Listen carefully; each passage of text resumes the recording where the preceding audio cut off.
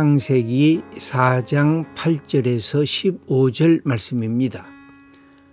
사랑의 하나님, 우리는 잘못된 행위를 하고도 책임을 지려하지 않았습니다.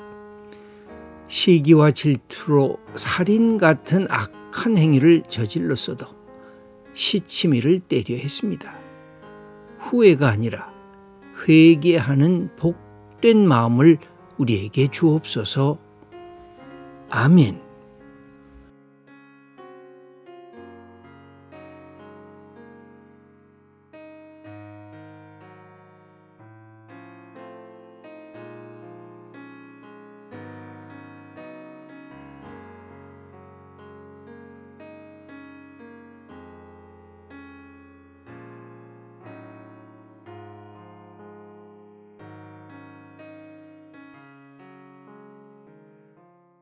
가인이 마음속에 분노하게 되었을 때 이 분노가 미움을 동반했고 이 미움이 자기의 사랑하는 동생을 죽이게 됐다는 사실을 기록해 주고 있습니다. 여러분, 우리에게도 하루에 몇 번씩 이 분노가 솟아납니다. 이 분노를 조절해야 되고 분노를 통제해야 되는데 하나님이 가인에게 그랬습니다. 네가 죄를 통제해야 된다. 네가 죄를 다스려야 된다. 근데 오늘 본문을 보면 가인이 죄를 다스리지 못하고 죄가 가인을 다스리게 되게 됐습니다. 우리의 삶에 늘 그렇습니다. 우리가 갖고 있는 이 방향으로 내가 갈 때 다른 것들을 다스리면 이게 성숙한 사람이 되는데 내 욕망과 내 분노에 의해서 내가 다스림을 당하게 되면 거꾸로 내가 주인이 되지 못하고 분노가 나의 주인이 되고 죄가 나의 주인이 되는 것을 볼 수 있게 됩니다. 그래서 이것은 현대 정신의학적으로도 분노 조절 장애라고 하는 이야기를 하면서 사람이 어떻게 이 분노를 조절할 것인가를 다시 이야기를 하고 있습니다. 많은 이야기들이 있지만 이 분노가 갖고 있는 이 모습은 이게 미움으로 나고 공격성으로 나가게 되어 있습니다. 여러분, 모든 분노는 공격성으로 나가고 이것이 미움과 동반이 되면 어마어마한 상처들을 만들어내는 것입니다. 이 미움의 분노가 방향은 두 가지입니다. 항상 하나는 바깥을 향해서 나가는 분노가 있고 하나는 나 자신을 향해서 나가는 분노가 있습니다. 야, 이 못난 놈아, 이 형편없는 놈아, 너가 뭐 그렇게밖에 못하냐, 너는 별로 좋은 존재가 아니구나, 너는 귀하지 못하구나, 내 낮은 자존감을 향해서 이게 분노가 되면 인간은 우울증에 빠지기 시작합니다. 우울증이란 다른 것이 아닙니다. 남의 탓하는 것이 아니라 자기 탓을 하면서 우울증에 걸리는 것입니다. 왜 나는 이러지? 왜 내 모양은 이렇지? 나는 왜 이것밖에 나는 할 수가 없지? 하고 이 미움의 분노가 자기 자신을 향하게 되면 자존감이 있는 사람은 이것을 이겨나가는데, 뭐야, 나는 그래도 괜찮은 사람이야, 나는 그래도 하나님의 사람이야, 나는 하나님을 아바 아버지라고 부르는 이런 귀한 사람이야 라는 자기 자신에 대한 자존감이 있으면 이런 문제들을 넘어가고 그것을 잠깐 마음속에 화가 나다가도 그것을 버려버릴 수가 있는데, 이것이 안 되면 자기를 향해서, 내면의 세계를 향해서 이것이 파고 들어갑니다. 그래서 자기 탓을 하고 자기 연민을 하고 이 우울의 마지막은 그래서 많은 사람들에게 자살을 요청하게 하는 것도 자기의 자존감을 자꾸만 잃어버리면서 이것이 되어지는 것입니다. 그런데 이것이 내면의 세계, 자기를 향해서 나가지 않고 이것이 바깥을 향해서 나가기 시작하면 누군가에게 상처를 주는 것입니다. 우리가 화가 나서 말 한마디 하면서 그 듣는 사람들의 가슴에 상처를 줍니다. 그리고 비수로 찌르기까지 합니다. 그것이 언어적인 문제뿐만이 아니라 내 손과 발이 움직이는 폭력적인 것이 되면 오늘 본문에서 얘기한 것처럼 이 가인은 마음속에 준비를 하고 있었습니다. 우발적인 것이 아니었습니다. 이 나쁜 놈, 어떻게 하나님이 네 것은 받고 내 것은 받지 않았어?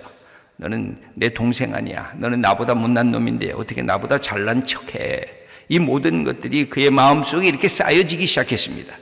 그래서 우연이 아니라 의도적으로 동생을 들판으로 데리고 가서 또 동생을 죽게 이렇게 만든 것입니다. 여러분, 그래서 우리가 늘 기억할 필요가 있습니다. 이 분노 조절이 장애가 있어가지고 우리의 마음이 흔들리게 되면, 특별히 이 우울증에 갖게 되는 사람들의 가장 큰 마음 상태는 무력증입니다. 무력증. 나는 그냥 모든 것이 다 나는 안 돼. 그래서 겸손을 우리가 늘 기억해야 되는데, 겸손은 낮은 자존감이 아닙니다. 우리는 때로 겸손을 자기의 낮은 자존감과 결부시켜서, 맞아, 나는 뭐 별 일 없지, 뭐 나는 그냥 약한 사람이지, 이걸 갖다 겸손이라고 착각을 할 때가 있는데, 낮은 자존감은 겸손한 자가 될 수가 없습니다. 여러분, 겸손하다는 것은 자존감이 있다는 뜻이지 자존감 없이 겸손해질 수가 없어요. 내가 하나님의 사람, 내가 하나님의 아들, 내가 하나님의 딸, 하나님은 나를 귀히 여기시는 복된 존재라고 하는 자존감이 있어야 내가 사람을 대할 때 넉넉히 대할 수 있고, 사람이 무슨 말을 해도 그것에 개의치 않고 사람과의 인간관계를 열어갈 수가 있어요. 근데 이것을 놓치게 되면 많은 사람들이 착각하는 것 중에 낮은 자존감을 갖고 나는 겸손한 사람이라고 얘기하는 것은, 그것은 성경적이지 않고 인간의 하나님께서 주신 본래의 모습과도 같은 것이 아닌 것입니다. 여러분, 우리 속에 이 미움과 분노가 있을 때, 그래서 많은 사람들이 대하는 모습을 보면 그냥 잊어먹자 그냥. 그런데 그러면 그럴수록 분노가 쌓이기 시작합니다. 그래서 이 응어리가 치는 것, 그것을 우리는 우리의 오랜 동안의 언어로 한 맺혔다 그럽니다. 여러분, 이 한 맺힌 게 우리 한국 이 백성들이 한 맺힌 것들이 오랜 우리의 삶에 이게 쪄져 들어 있어요. 한 맺힌 것. 그래서 이거는 뭐냐면 도피하다가 생겨진 우리의 이 모습이기도 합니다. 어떤 경우는 이 화를 갖다가 정면 충돌을 하는 경우도 있어요.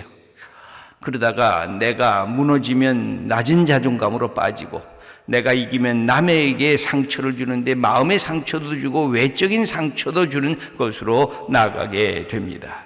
그런데 이것에 대한 해결책이 뭘까요? 성경은 여러 가지 얘기를 합니다. 잠언서 14장 17절에 보면, 노하기를 속히 하는 자는 어리석은 일을 행하는다. 시편 37편 8절을 보면, 분을 그치고 노를 버리라. 잠언서 16장 32절을 보면, 노하기를 더디하는 자는 용사보다 낫고 자기의 마음을 다스리는 자는 성을 빼앗는 자보다 나으니라.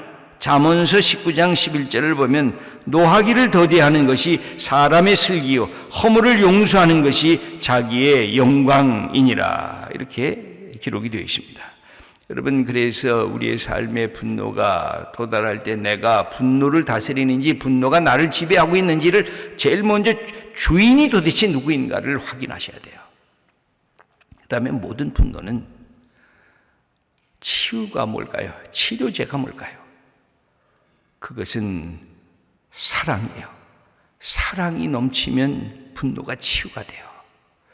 여러분, 부모로부터 사랑을 많이 받은 사람은 웬만한 세상의 문제에 그렇게 흔들리지 않아요. 남편으로부터 사랑을 많이 받은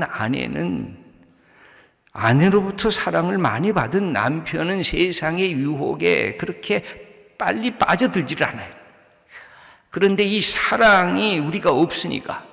근데 여러분, 사랑은 어떻게 해서 회복이 될까요? 특별히 우리가 예수 믿는 사람으로서 하나님의 사랑은 어떻게 회복이 될까요? 모든 비결은 사랑에 있는데, 사랑 중에 사랑은 하나님이시기 때문에, 여러분, 하나님의 사랑을 깨닫게 되면 내 인생의 모든 것들이 변화가 되는데, 하나님의 사랑을 내 것으로 받는 유일한 길은 하나예요. 그건 회개예요. 여러분, 저는 성경을 읽으면서 자꾸만 이렇게 마음속에 확인되는 것이, 하나님이 회개를 주신 것은 어마어마한 우리에게 주신 축복이구나. 다시 회개하면 하나님, 내 속에 미움이 있습니다. 내 속에 거짓도 있습니다. 내 속에 나를 용서하지 않습니다. 내가 너무 자존감이 약합니다. 나는 문제가 생기면 무력해집니다. 하나님, 괜히 남이 잘 되는 것을 보면 화딱지가 납니다. 하나님, 나는 왜 저 사람과 같지 못한 것인가? 이것 때문에 내 속이 들끓습니다. 하나님 앞에 토해내기 시작하면 사랑하는 예수님께서 나의 주인이 되시고 내 친구가 되신다는 것을 알게 되면 하나님이, 얘야, 너는 내 인생에 소중한 것이 있단다. 여러분, 가인의 치명적인 문제는 뭐예요? 자꾸만 자기를 아벨과 비교하는 거예요. 아벨과. 하나님은 우리에게 자존감을 줄 때 제일 중요한 것은 남하고 비교하지 말고 너는 나하고의 관계 속에서 자존감을 가지라는 거예요.